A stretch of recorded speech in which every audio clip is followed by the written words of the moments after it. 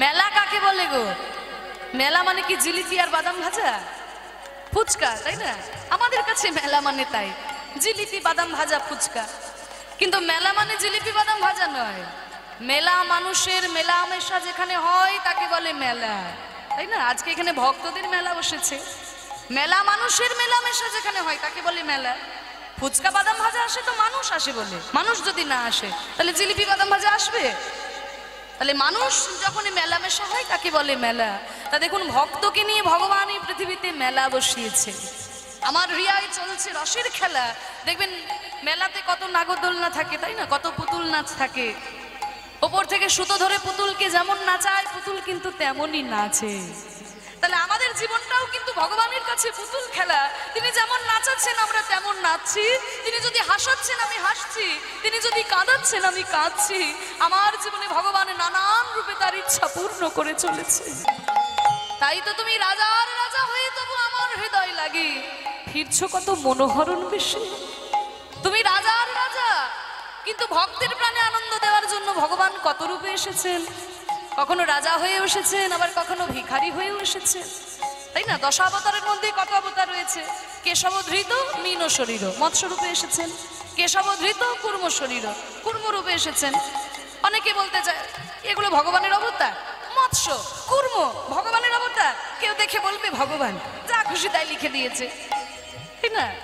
বলে কেন ভগবান নয়? মৎস্য কুর্ম তো ছেড়েই দিলাম, তারপরে বরাহ ভগবানের অবতার। কেউ দেখে বলবে, বলে কেন ভগবানের অবতার হতে পারে না? তিনি যখন রামচন্দ্রের মতো রাজা হয়ে আসছেন তখন তিনি ভগবান, তিনি যখন কৃষ্ণচন্দ্রের মতো রাজা হয়ে আসছেন তখন তিনি ভগবান, আর যখন বরাহ কুর্মের মতো কুৎসিত রূপে আসছে তখন তার মান সম্মান কমে যাচ্ছে। আমাদের কাছে হয়তো মনে হতে পারে তার মান সম্মান কমে যাচ্ছে, তার কিন্তু মান সম্মান কমে না। একটু ছোট্ট উদাহরণ দিয়ে আপনারা বুঝতে পারবেন। মনে করুন একজন দাদু কোটি কোটি সম্পত্তির মালিক, কোটি কোটি সম্পত্তির মালিক দাদু। হ্যাঁ, 200 বিঘা তার জমি আছে, কত কোটি টাকার ব্যাংকে জমানো আছে। এবার ওই 200 বিঘা সম্পত্তির মালিক দাদু, তার ছোট্ট নাতি যদি ওই দাদুকে বলে, ও দাদু, ও দাদু, তুমি একটু ঘোড়া হও না, আমি তোমার কাঁধের উপরে উঠবো। তা সেই দাদু কি নাতিকে বলবে, এই বেটা তোর সাহস তো কম নয়, তুই জানিস আমার কত বিঘা জমি আছে, আমার ব্যাংকে 50 কোটি টাকা জমানো আছে, তোর সাহস তো মন্দ নয়, তোর জন্য ঘোড়া হয়ে আমি তোকে কাঁধে নেব? এইরকম কি কোনো দাদু তার নাতিকে বলবে? কোনো দাদু কি নাতিকে বলবে? যদি কোনো দাদু বলে তবে সে দাদু বেরসিক দাদু, তার মধ্যে কোনো রসকস নেই, তাই না? তাহলে দাদু কি বলবে?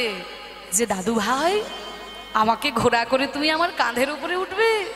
তাই দেখো দাদু ভাই, তোমার মন রাখার জন্য আমি তোমার জন্য ঘোড়া হলাম, এই নাও তুমি আমার কাঁধের উপরে ওঠো।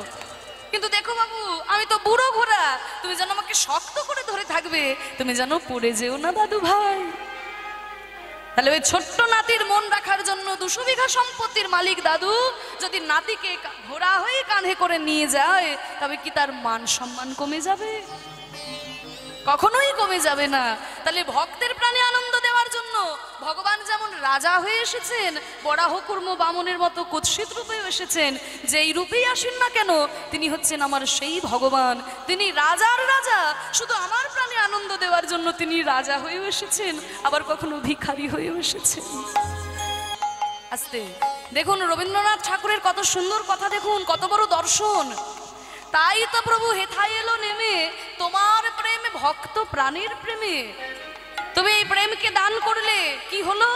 মূর্তি তোমার যুগল সম্মিলনে সেথায় পূর্ণ প্রকাশেছে। এটা বিরাট বড় কথা। বলছে কি, একমাত্র আমাদের সনাতন ধর্ম বাবা, যেই ধর্মে একই আসনে ভগবানের সঙ্গে ভক্তের পুজো করা হয়। পৃথিবীর অন্য কোনো ধর্মে হয় না। হয় কোনো ধর্মে দেখাতে পারবেন ভগবানের সঙ্গে ভক্তের পুজো হয়? একমাত্র আমাদের সনাতন ধর্মে হয়। দেখুন, যে আসনে রামচন্দ্র পুজো পায়, ওই একই আসনে কিন্তু হনুমানও পুজো পায়। হনুমান রামচন্দ্রের ভক্ত।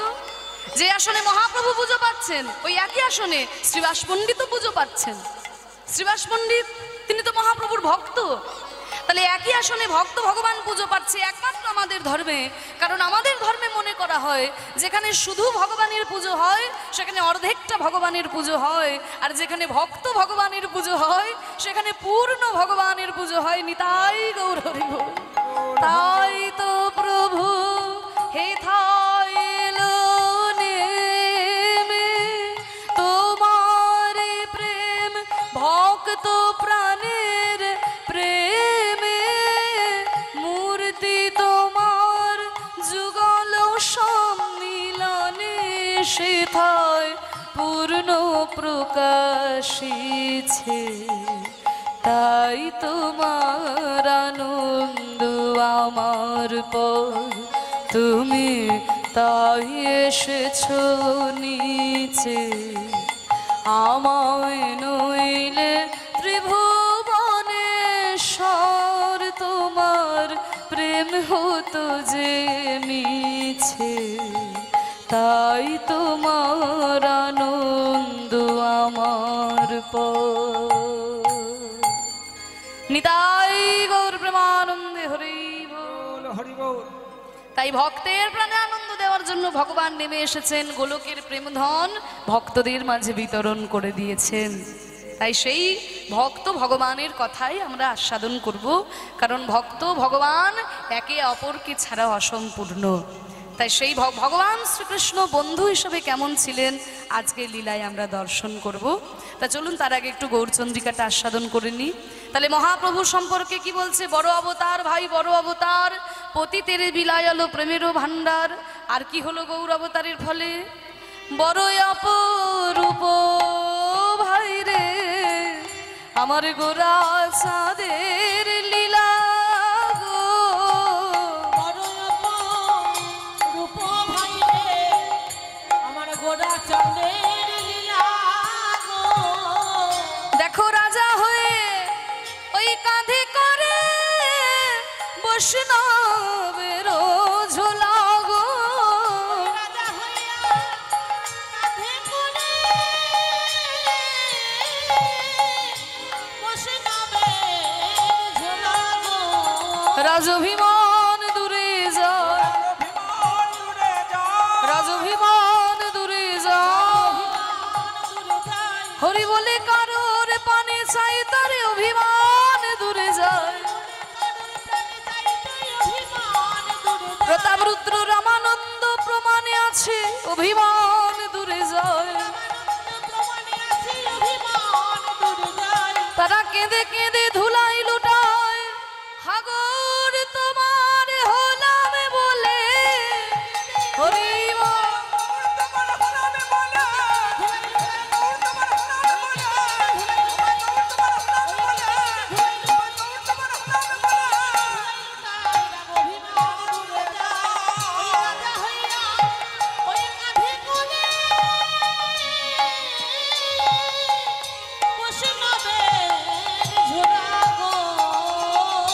বড় অপরূপ ভাই গোরা চাঁদের লীলা।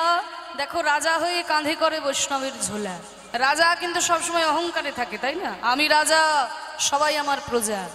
মহাপ্রভুর অবতারের ফলে দেখুন সেই রাজা পর্যন্ত অহংকার পরিত্যাগ করে হাগৌর কিছু চাই না বলে মহাপ্রভুর চরণে শরণ নিয়েছেন। রাজা প্রতাপরুদ্র মহাপ্রভুর কৃপা পাওয়ার জন্য শ্রীমদ্ ভাগবতের শ্লোক মুখস্থ করে মহাপ্রভুকে শুনিয়েছিলেন।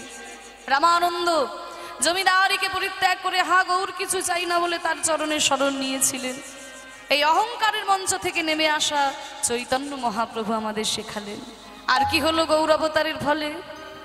গৌরাঙ্গ করুণার কথা এক মুখে আমি কহিবারে না রে গো,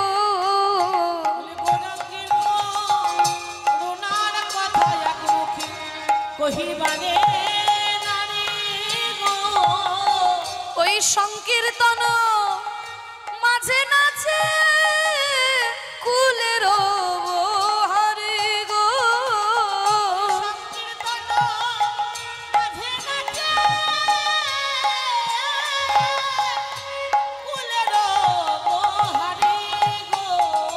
তাদের দেহ স্মৃতি নয়,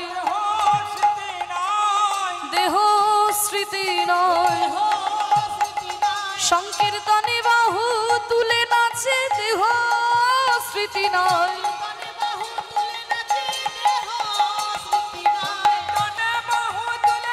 হাগৌর তোমার হলাম বলে হরি বল।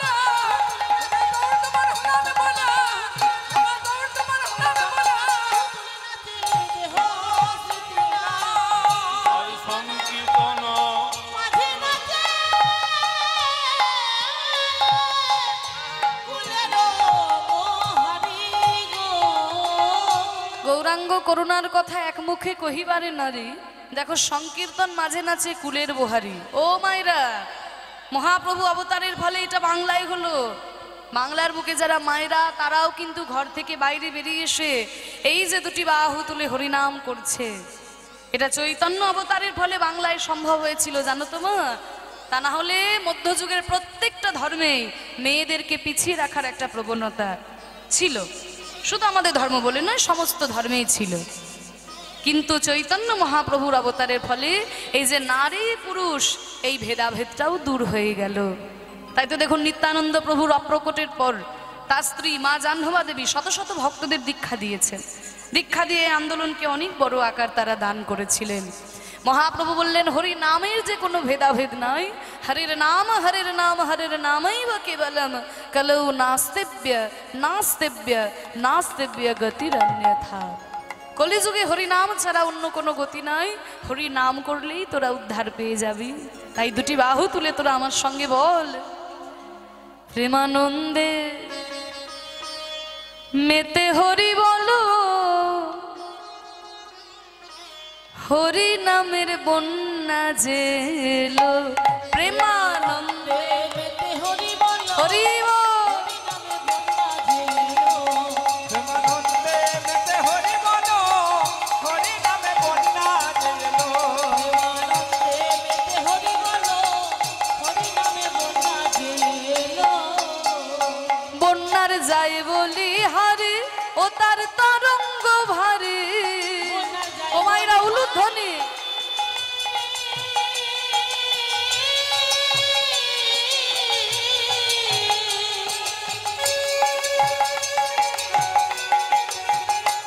ও তার তরঙ্গ ভারী।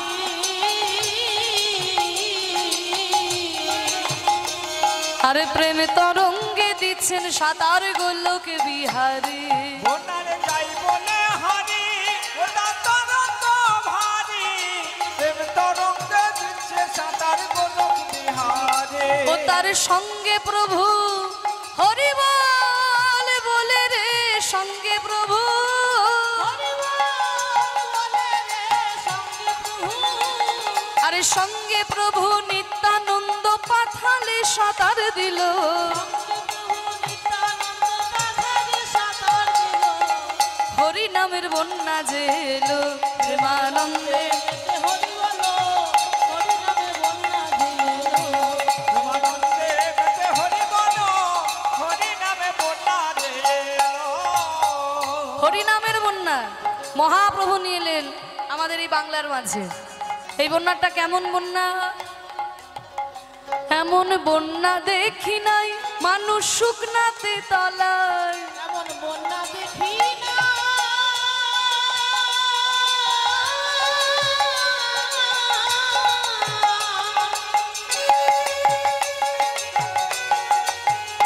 মানুষ শুকনাতে তলায়। আরে ডুবলো নদের নারী পুরুষ জাতির বিচার নাই। এমন বন্যা দেখি নাই, মানুষ শুকনাতে জানায়। ডুবলো নদের নারী পুরুষ জাতের বিচার নাই। ও মায়েরা, বন্যা দেখেছো? হ্যাঁ, একটু কথা বলো আমার সঙ্গে, চুপ করে মুখের দিকে তাকিয়ে বসে থেকো না। বন্যা দেখেছো? এদিকে হয় নাকি? হ্যাঁ, তোমাদের চারিদিকে যা পুকুর টুকুর দেখতে পাই, আমার তো মনে হয় বৃষ্টি হলেই হয়তো সব ডুবে যায় রাস্তাঘাট। না হয় না তো? এইখানে এক হাঁটু করে জল হয়। বাহ, তাহলে আপনাদের আর বন্যার কথা বেশি বলতে হবে না। আমিও বন্যা দেখেছি, কারণ আমার বাড়ি হচ্ছে বীরভূম জেলার ইলামবাজার। আপনারা জয়দেবের মেলা গেছেন? ওই দেখো মা হাত তুলেছে, আরো অনেকেই হয়তো গেছে। হ্যাঁ, ওই তো অনেক মায়েরা গেছেন। বাহ, তার ওই যে অজয় নদী, ওই জয়দেবটা আমাদের ইলামবাজার ব্লকের মধ্যেই পড়ে। তাই যেহেতু নদীর ধারে থাকি, ছোটবেলায় দু একটা বন্যা আমিও দেখেছি। আবার আমার যেখানে বিয়ে হয়েছে আর কি, ওই ইলামবাজার থেকে নদী বরাবর 5 কিলোমিটার যেতে হয়। মানে ওইটাও একদম নদীর ধারে, সেখানে আবার নদীর জল একটু বাড়লেই গ্রামের ভেতরে জল চলে আসে। বন্যার সঙ্গে আমার খুব আর কি ভালো সম্পর্ক হয়েছে। আবার আমার যিনি কর্তা, উনি থাকেন মার্চেন্ট নেভিতে, মার্চেন্ট নেভির অফিসার। তাই ওনাকে আবার 6 মাস জলেই থাকতে হয়। তাই আমার জলের সঙ্গে ভালো সম্পর্ক হয়েছে। হরি বল। তা বন্যা আমিও দেখেছি, বন্যা তোমরাও দেখেছো, কিন্তু এমন কি কোথাও কোনো বন্যা দেখেছো যে যেখানে জল নাই অথচ মানুষ তলিয়ে যাচ্ছে? ও মায়েরা, এমন বন্যা দেখেছো নাকি যে জল নাই অথচ মানুষ হাবুডুবু হাবুডুবু খাচ্ছে? এমন বন্যা যদি দেখতে হয় তাহলে যেতে হবে নবদ্বীপে। মায়েরা মায়াপুরে গেছেন তো? দেখবেন কোথায় কোথায় থেকে ভক্তরা এসেছে, তাই না? কোথায় আমেরিকা, কোথায় ইংল্যান্ড, কোথায় রাশিয়া, কোথায় জাপান, কোথায় অস্ট্রেলিয়া, কত কত দেশ থেকে মানুষরা এসে দুটি বাহু তুলে হরিনামে এমন ভাবে পাগলের মতো নৃত্য করছে, দেখে বুঝতে পারা যায় জল নাই অথচ এই প্রেমের বন্যায় একদম হাবুডুবু হাবুডুবু খাচ্ছে। মাগো, তোমাদের সাধুগুরু বৈষ্ণবের আশীর্বাদে এই গত বছর আমি গেছিলাম লন্ডনে কীর্তন পরিবেশন করতে। অনেকেই হয়তো তোমরা ইউটিউবে দেখেছো যারা আমার কীর্তন শোনো। তা সেখানে আমি 40 দিন ছিলাম। ইউকে 4টি শহরে কীর্তন করেছি, স্কটল্যান্ডের ইডেনবার্গ, ম্যানচেস্টার, বার্মিংহাম আর পোর্টসমাউথ। এই 4টি বড় বড় শহরে কীর্তন করেছি। তা সেখানে যখন কীর্তন গাইতে গেলাম, কি বলবো, খুব গর্ব হচ্ছিল, জানেন তো? সৌভাগ্য নয়, খুব গর্ব হচ্ছিল। কারণ যারা আমাদের দেশকে 200 বছর শাসন করেছে তাদের দেশে গিয়ে মহাপ্রভুর কীর্তন প্রচার করছি, এর থেকে বড় গর্বের আর কি হতে পারে, তাই না? তা যেটা অবাক হলাম যে বাঙালি যারা রয়েছে, ভারতীয় যারা রয়েছে, তারা তো হরিনাম করছে, কিন্তু জানো তো ওই দেশের কত সাদা মানুষ, তারাও কিন্তু তিলক সেবা করে, গলায় তুলসীর মালা পরে, হ্যাঁ, ধুতি আর চাদর গলায় দিয়ে, গায়ে নামাবলি দিয়ে তারা আবার প্রসাদ ভোজি। ভাবতে পারছেন? লন্ডনের মতো জায়গায় থেকে তারা প্রসাদ ভোজি। তা তারা হরিনামে এমন ভাবে পাগলের মতো ধুলাই লুটিয়ে গড়াগড়ি দিচ্ছে। মহাপ্রভু বলেছিল না, পৃথিবীতে আছে যত নগরাদি গ্রাম, সর্বত্র প্রচার হবে আমার হরে কৃষ্ণ নাম। মহাপ্রভুর এই বাণী যেন একেবারে সত্যি হয়ে উঠেছে। তাই দেখলাম বাবা, জল নাই অথচ এই হরি নামে একদম হাবুডুবু হাবুডুবু খাচ্ছে। তাই তো বলছে, এমন বন্যা দেখি নাই মানুষ শুকনাতে তলায়, এমন বন্যা দেখি নাই মানুষ শুকনাতে তলায়, ওই ডুবলো নদের নারী পুরুষ জাতির বিচার নাই। বন্যা দেখি নাই মানুষ শুকনাতে তলায়, ডুবলো নদের নারী পুরুষ জাতের বিচার নাই। না না, কোনো জাত বিচার নাই। আগে ছিল জাত বিচার, মহাপ্রভু কোনো জাতির বিচার রাখলেন না, হরি নাম করলেই হবে। তাই তো দেখুন আপনাদের এখানে যে কীর্তনের আসরে শত শত ভক্তের সমাগম হয়েছে। আপনার পাশের লোকটি কোন জাতির, কোন ধর্মের, আপনি বিচার করে কীর্তন শুনতে বসেছেন? আমরা সবাই এক মন প্রাণ নিয়ে ভগবানের চরণে তাকে ডাকি। এটা বাংলায় সম্ভব হয়েছে একমাত্র মহাপ্রভুর জন্য। তাই তো তাকিয়ে দেখো, ওই হরিদাস হরি বল বলে রে হরিদাস,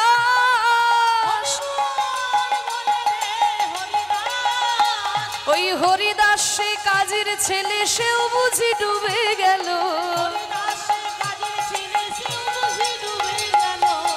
হরি নামের বন্যা যে এলো, প্রেমানন্দ নিতাই গৌর হরি বল।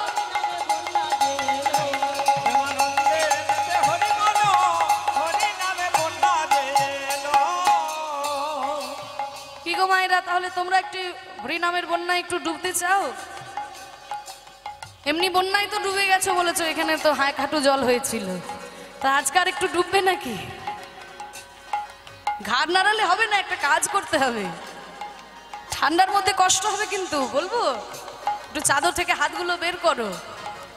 হ্যাঁ, চাদর মুড়ি দিয়ে সব বসে আছে, একটু চাদর থেকে হাতগুলো বের করে দুটো হাত ওপর দিকে তোলো। ও পিছন দিকের মায়েরা, ওই পিছনে প্যান্ডেলে বসে আছো, তোলো তোলো, আমি সবাইকে দেখতে পাচ্ছি। যে হাত না তুলবে আমি কিন্তু আঙুল দেখে দাঁড় করিয়ে দেবো। যার হাত নাই, যার হাত নাই তার তোলা দো। ওই যে পিছন দিকে বাবারা মায়েরা, তুলুন ওপর দিকে হাত তুলুন, নামাবেন না, তুলুন তুলুন। এবার একটু করতালি, বাহ! একবার হরি বলে বলে তোমরা নামো সেই জলে, হরি বল বলে তোমরা নামো সেই জলে, আরে হরি বলি বলে তোমরা নামো সেই জলে।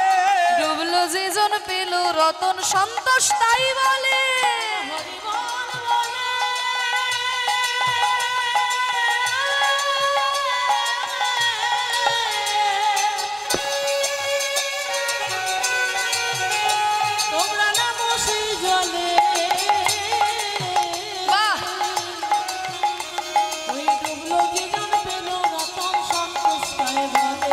আরে হরি বলে বলে তোমরা নামো সেই জলে, ডুবলো যে জন পেল রতন সন্তোষ তাই বলে। আরে হরি বলে বলে তোমার নাম সেই জলে, ডুবলো যেজন পেল রতন সন্তোষ তাই বলে। তাহলে হরি নাম করে ডুবলেই রত্ন পাবো? বলেন না, শুধু ডুবলেই রত্ন পাবে না, রত্ন তুলতে গেলে ডুবার মতো ডুবতে হবে, তা নইলে শুধু হাবুডুবু খাওয়া হবে, রত্ন তুলতে পারবে না। এ নামে ডুবার মতো, হরি বল বলে রে ডুবার মতো,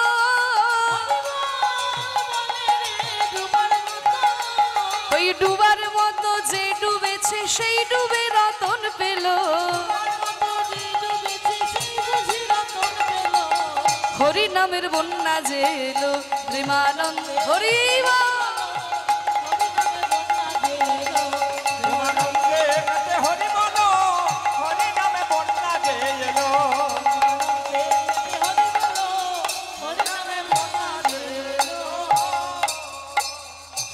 হরি নাম করে আনন্দ হয়েছে? তোমায়রা সত্যি কথা বলছো তো? আনন্দ হয়েছে? সিরিয়ালে দিব্যি তাও বলছে হরি বল। হ্যাঁ শোনো, সবই থাকবে, আনন্দ থাকবে, বিনোদন থাকবে, সবই থাকবে, কিন্তু জানো সাধন ভজন ভুলে যেও না। সন্ধ্যাবেলায় ঠিক একদম রিমোট নিয়ে সময় মতো একবার স্টার জলসা আর জি বাংলা যেমন ঘোরাতে ভুলে যাও না, ঠিক তেমনি সকাল সন্ধ্যা ঠাকুর ঘরে গিয়ে ভগবানকে যেন ডাকতেও ভুলে যেও না। হ্যাঁ, কারণ জেনে রেখো সেই গোবিন্দই কিন্তু আমাদের একমাত্র আপন। আর ভগবানকে ডাকলে সকাল সন্ধ্যা তুমি ঠাকুর ঘরে গিয়ে ঠাকুরকে ডাকলে কৃষ্ণ তোমার সামনে বাঁশি নিয়ে দাঁড়িয়ে যাবে না, আর মা কালীও খাড়া নিয়ে দাঁড়িয়ে যাবে না। তাহলে লাভটা কি হবে? লাভটা কি হবে? বলে লাভটা কি হবে জানো? যখন এক মনে তুমি চোখ বন্ধ করে ভগবানকে স্মরণ করবে না, জীবনে কাকে কাকে ঠকিয়েছো একে একে মনে পড়ে যাবে, জীবনে কি কি খারাপ কাজ করেছো একে একে মনে পড়বে। আর যদি মনে পড়ে জানবে ঠাকুর ঘরে যাওয়াটা তোমার সার্থক হয়েছে। ঠাকুর ঘরটা শুধুমাত্র ধূপকাঠি দেখানোর জন্য নয়, গেলাম আর তাড়াতাড়ি ধূপকাঠি দেখিয়ে 3 তলার ওপরে ঠাকুর ঘর কোনো রকমে ধূপকাঠি দেখিয়ে চলে এলাম, শুধু ধূপকাঠি দেখানোর জন্য ঠাকুর ঘর নয়।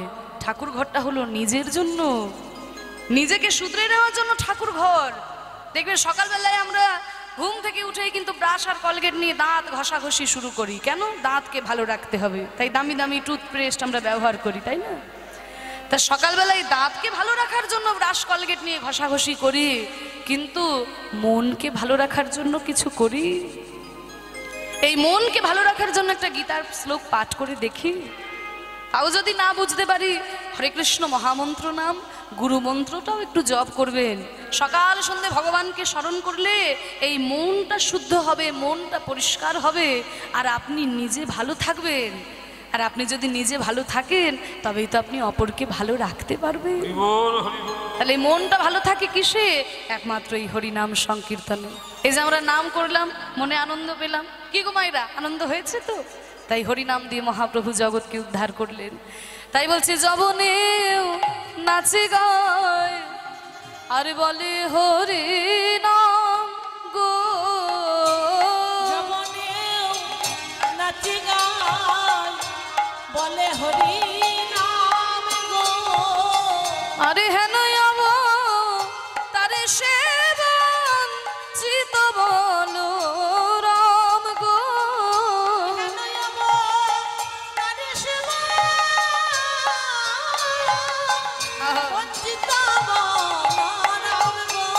আমি বঞ্চিত হলাম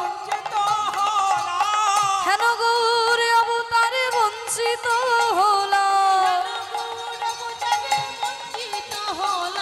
আমি প্রেমে পেতে রইলাম বাকি, শ্রী গুরু বৈষ্ণবে দিয়ে থাকি হরি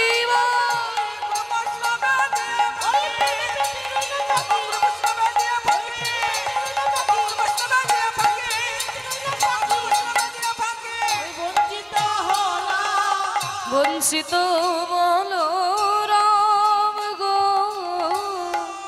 হেন অবতারে বঞ্চিত বলো রাম রে।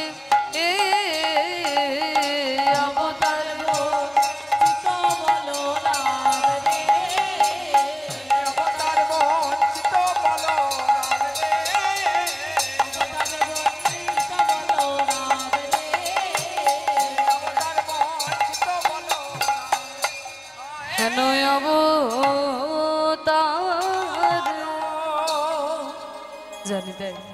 এতক্ষণ আমরা গৌর চন্দ্রিকার মধ্যে ছিলাম। চৈতন্য মহাপ্রভু অবতারের ফলে বাংলার বুকে বিশেষ বিশেষ পরিবর্তন হলো, আমরা আস্বাদন করলাম। এবার চলুন মধুময় শ্রীধাম বৃন্দাবনে গিয়ে আমরা সেই ভক্ত ভগবানের লীলা আস্বাদন করব। ভগবান শ্রীকৃষ্ণ বন্ধু হিসেবে কেমন ছিলেন আজকে আমরা সেই কথা আস্বাদন করব। ভগবান শ্রীকৃষ্ণ কেমনভাবে সুদামাকে ভালোবেসেছিলেন এবং সুদামাও কেমনভাবে কৃষ্ণকে ভালোবেসেছিলেন, সেই সখ্যরসের লীলা আমরা প্রাণ ভরে আস্বাদন করি। তাই চলুন মধুময় শ্রীধাম বৃন্দাবনে যাই।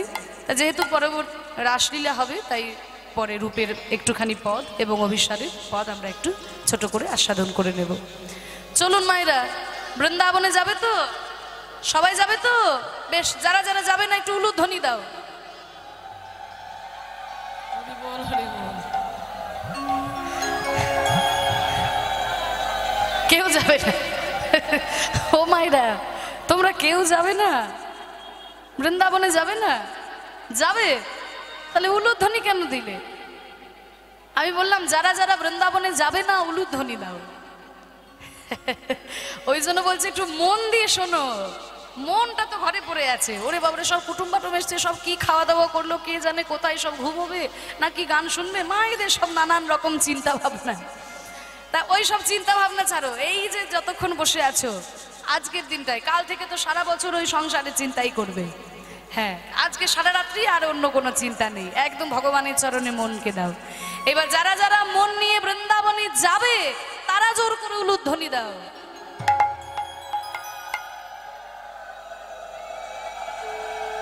বাহ, খুব সুন্দর হয়েছে।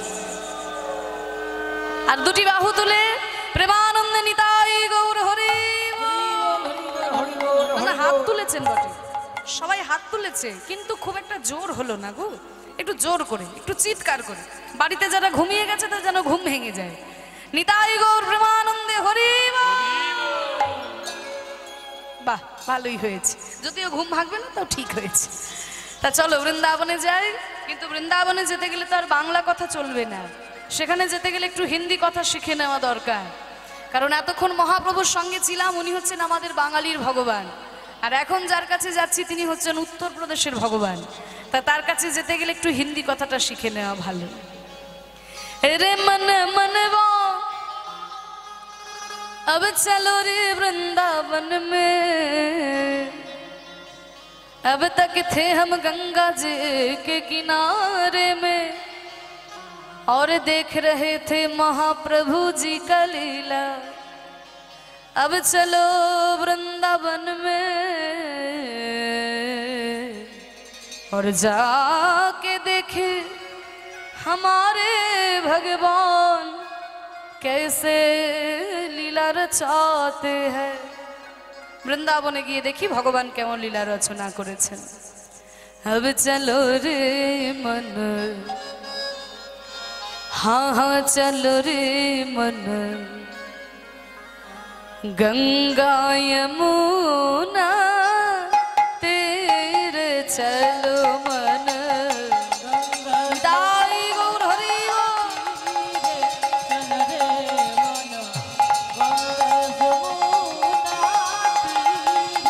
চলো রে মন গঙ্গা যমুনা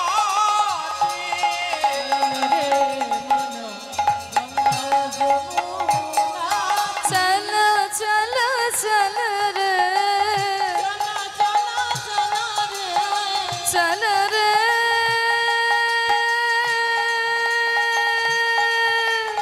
ए,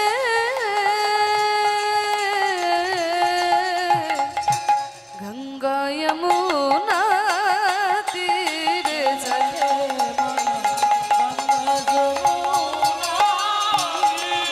চলো রে মন গঙ্গা যমুনা চলো রে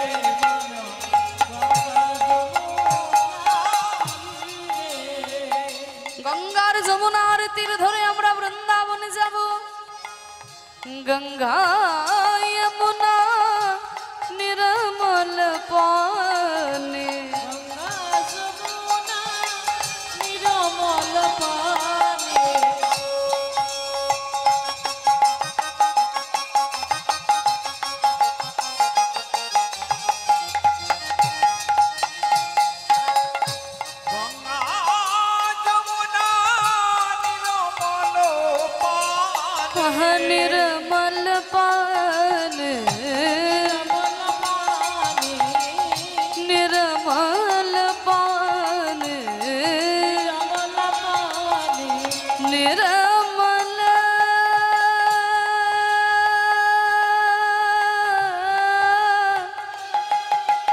पानी गंगा यमुना उनके निर्मल पानी गंगा যমুনা নির্মল পানি গঙ্গার যমুনার নির্মল জলে স্নান করলে কি হয় না আমাদের এই দেহটা পবিত্র হয়ে যায় তাই বলছে শীতল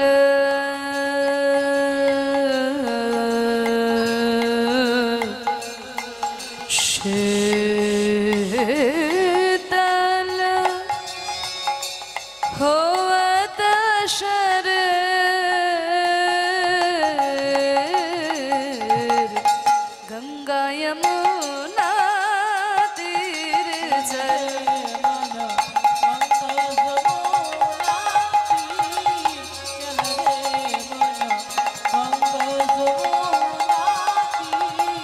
চলো রে মন গঙ্গা যমুনা গঙ্গার যমুনার তীর ধরে আমরা বৃন্দাবনে এলাম আর বৃন্দাবনে এসে আমরা কি দেখছি ওই দেখো কদম গাছের তলায় দাঁড়িয়ে প্রাণ গোবিন্দ বনসি বাজাবত নাচত কান্হা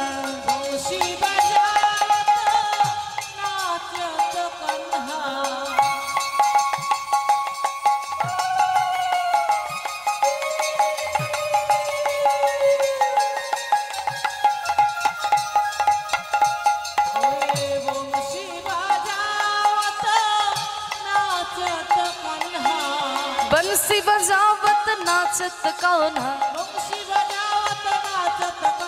नाचत कान्हा बंसी बजावत बंसी बजावत नाचत कान्हा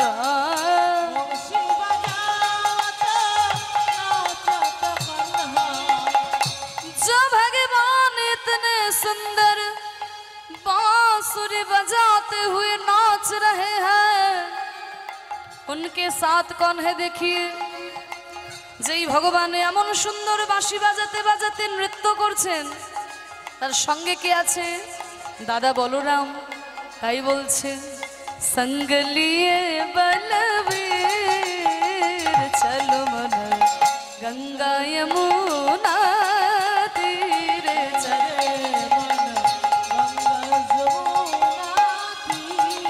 চলো রে মন গঙ্গা যমুনা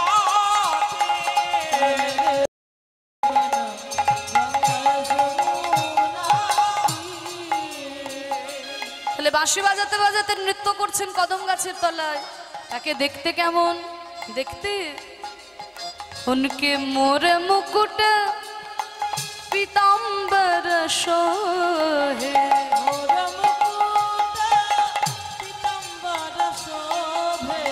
মাথায় রয়েছে ময়ূর পুচ্ছের চূড়া আর অঙ্গে রয়েছে হলুদ রঙের কাপড় দেখে মনে হচ্ছে যেন সোনা ঝরে ঝরে পড়ছে मोर मुकुट और पीताम्बर शोहे